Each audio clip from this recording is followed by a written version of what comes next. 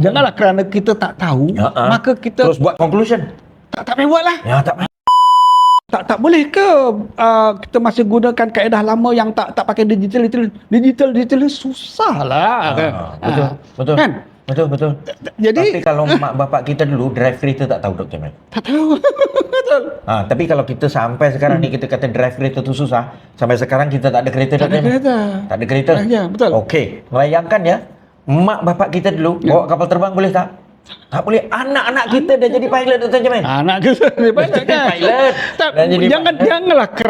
Janganlah kerana kita tak tahu, maka kita terus buat conclusion. tak payah buat lah. Ya, tak payah. Tak payah naik kapal terbang. Tak payah naik kereta. Sulit juga pergi Susah kan? Tak payah pakai komputer atau pakai telefon ini. Betul. Alah nak berhubung, pergi je lah. Pergi Mekah. Dulu pun pergi Mekah naik kapal. Naik kapal sekarang. Nah, itulah antara mengapa So, dan dari segi bagaimananya itu nanti kita cubalah sesuaikan.